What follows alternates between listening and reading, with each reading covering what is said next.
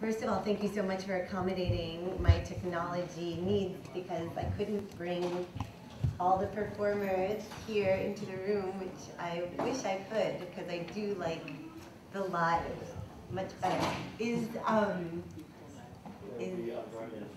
Okay, great.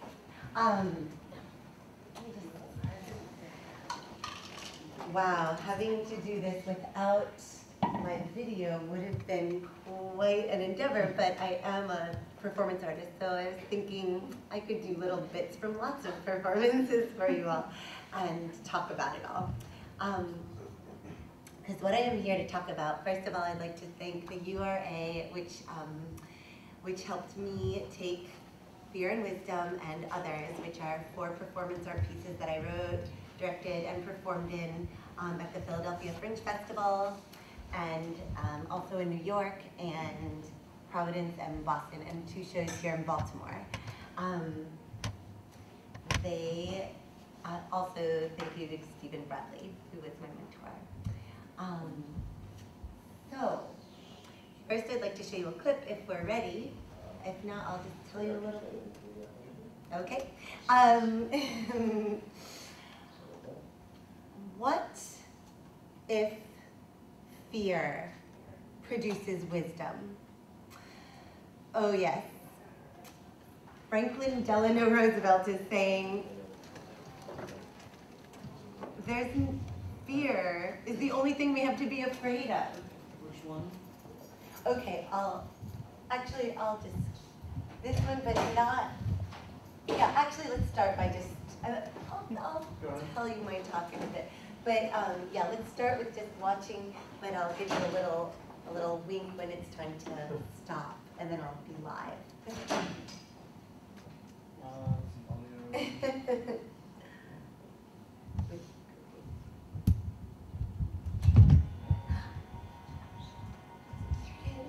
A miracle, technology.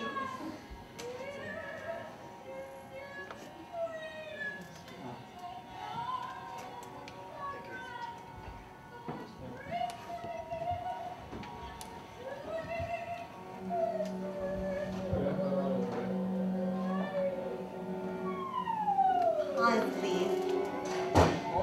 Yes. Sorry. Okay. What if fear produces wisdom? Oh yes. Franklin Delano Roosevelt is saying fear is the only thing we have to be afraid of, to worry about. And yet, I have this idea. Fear is risky, because then at every moment you're in potential danger of the real monster, fear. You are constantly in a real danger, the slip of an emotion, according to that wisdom.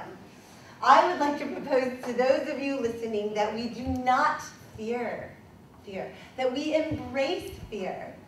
Now, if there's somebody running after you and you might be afraid of them if they are an ex-murderer, you should be. You may be afraid of someone because they have some sort of social issue that makes you uncomfortable. Or you may be afraid and nervous about someone because you have some amazing connection that's just waiting to happen, and that makes you nervous. Good play? Yes.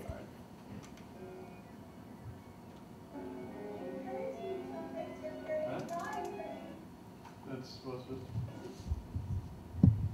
Ooh, that's not good. Well, what was supposed to seamlessly happen was... There we go. I don't know what happened there. That's okay.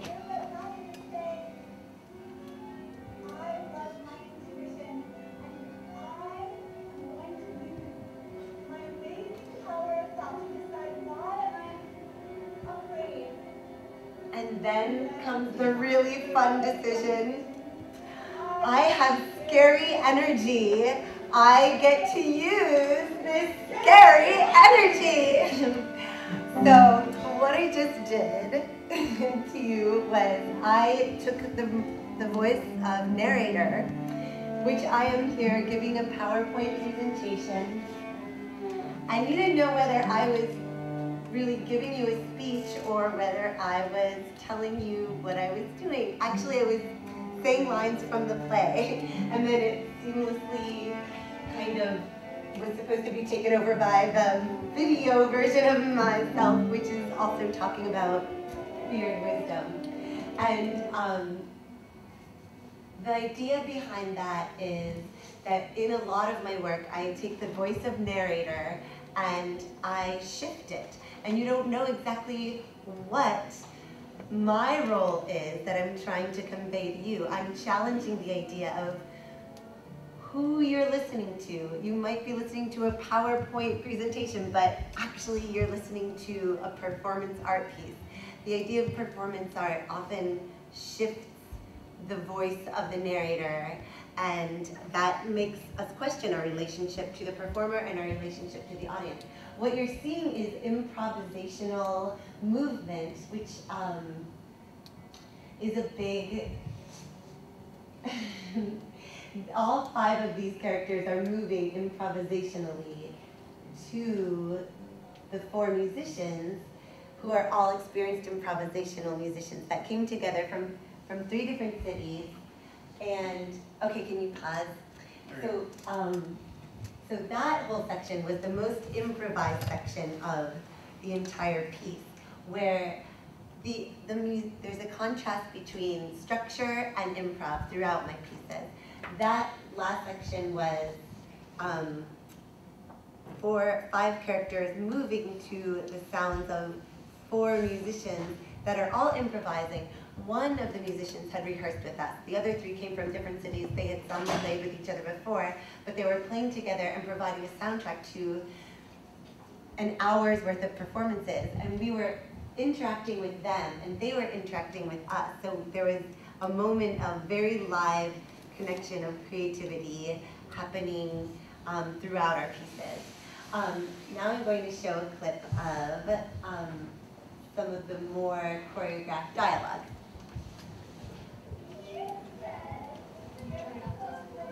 Sure.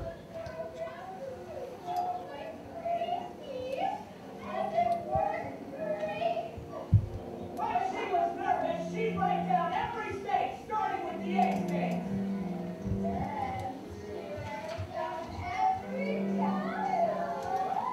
He said being a driver, she really liked that.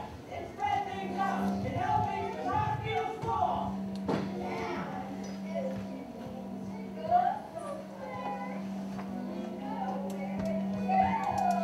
Well, that's the conclusion of our show, because I gotta have to pack the last things off the kitchen table and run into my new apartment, where I can shave before getting 2 massages. Thank you very much. Imagine and Pause, please. So that was a moment where I'm breaking down that 4th wall. I'm talking about the massages that I have to do as the writer of this piece, and the characters are conveying that to the audience as though you all knew that I would have to do some massages. They're also imagining an audience, okay? And so there's a real and imagined audience, which implies that the writer is imagining an audience. I'm bringing you into both dimensions, sort of the dimension of being here live together right now and being a writer behind a desk saying, I'm imagining this audience. The contrived aspect of the costumes, contrived, sort of made up, really pointing out the difference between what's really happening and what is fake, what is performance. People don't really dress like their backgrounds usually. Usually your skirt isn't the same pattern as what's behind you. That brings out sort of the poetry and structure of everyday life. People usually don't talk simultaneously when you have a thing to say to someone across from you. Usually someone is also not saying the exact same thing. And usually, another contrivance I like to use is taking a chunk of prose and dividing it somewhat randomly between two characters. In that way, the audience is hearing information rather than hearing the natural flow of a conversation, but the structure is brought out and the poetry that is not what we're used to hearing. In this clip, there's more of a free-flowing dialogue, but it's somewhat abstract and poetic. Next. Yes, please. Mm-hmm. Talking into each other's ears is so freaking obvious. Don't stand out. Don't work. Much. Oh no, said there was nothing inside, but there was only bones and brains. Your hair follicles are so beautiful and close to your brain. Glowing beauty fields and top brain. Yesterday I ate a lot of hay. I'm now absorbing in my thighs.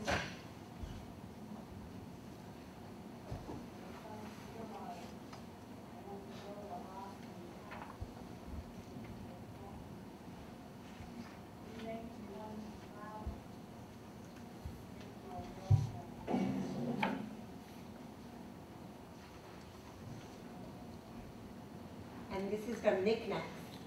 I am the child of the canyon. Why is it so funny? Yesterday. I'm not going to say what I was going to say, but there are no misunderstandings. Ha ha ha ha ha! I laugh because it tickles me under my armpits. I've never been so not sure of myself about anything in my life.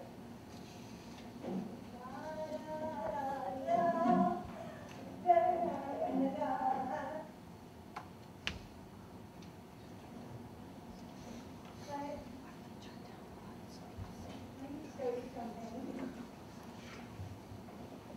I hand you this extremely important knickknack. Why, if I may ask, is this so important? Look at it. In it, there are so many questions about humanity, so many answers about what we do as human beings. Okay. So is that 1 minute including questions or? No, not, the room is taken. We have to wrap it up. Okay. Okay. Well, so no time for questions? We must now. You have 1 Yes, minute. okay. Let's hear some questions. If there's any questions. Yes. So what were some of your major motivating factors in creating such books? Well, I feel like the art of conversation and the beauty of language and our desire to communicate is so much about what makes us tick. There's so much natural art that's happening constantly in the poetry that people are speaking, and I wanted to investigate the urge and the natural desire to make art. That's just as natural. So the contrast between fake and real in performance and life is a constant question for me. Thank you. Sure. Okay. Thank you, Theresa. We're going to have to give this room back. Okay, thank you so much.